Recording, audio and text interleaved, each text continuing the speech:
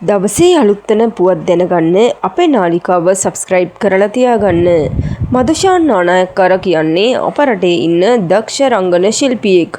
ඉතින් ඔහු ටෙලිනාට්‍ය ශාස්ත්‍රය හරහා ඉතාමත් ජනප්‍රිය වුණේ ඔහුගේ ශරීරයේ ඇති වෙනස්කම් සමගින් ඔහුට ලැබුණු චරිත ගැළපෙනම චරිත වූ නිසා. T20 හීනයකි මේ ආදරේ ඇයි අපි සුදුද ගිනි අවි සහ ගිනි කෙලි දෙවරක් චක්කරේ යන ටෙලි නාට්‍ය හරහා ඉතාමත් ජනප්‍රිය වූ මදුෂාන් නානායක්කාර ඔහුටම ආවේනික ප්‍රේක්ෂක පිරිසක් රඳවාගෙන තිබෙනවා. රංගන ශාස්ත්‍රයේ ඉමහත් ආදරයට ලත් මදුෂාන් නානායක්කාර මහතා හදිසියේ රෝහල්ගත කර ඇති බවට තොරතුරු අනාවරණය වී තිබෙනවා.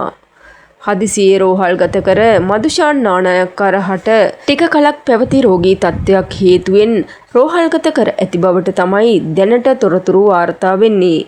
කෙසේ නමුත් ඔහු විටින් විට රෝහල්ගත කර ඇති ඡායාරූප සමාජ මාධ්‍ය හරහාත් සංසරණය වුණා. රංගන ශාස්ත්‍රයේ ඉතාමත් දැඩි ආදරයකට ලක් වූ ප්‍රේක්ෂකින් අතර කතා කරපු මදුෂාන් නානායක්කාර හට මේ උණ කරදරය ගැන ගොඩක් දෙනා කතා කරනවා.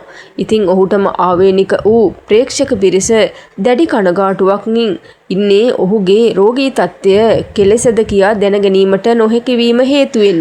ඔහුගේ රෝගී තත්ත්වය ගැන තවමත් නිශ්චිත සඳහනක් කර නැහැ. ඔහුට ඇති අසනීප තත්ත්වය සුව වී නැවතත් රංගන ශාස්ත්‍රයට පිවිස ප්‍රේක්ෂක ආදරය දිනා ගැනීමට අපි ඔහුට ඉක්මන් සුව පතමු. ඉතින් මේ වගේ අලුත් තොරතුරු දැනගන්න අපේ නාලිකාව සබස්ක්‍රයිබ් කරලා තියාගන්න.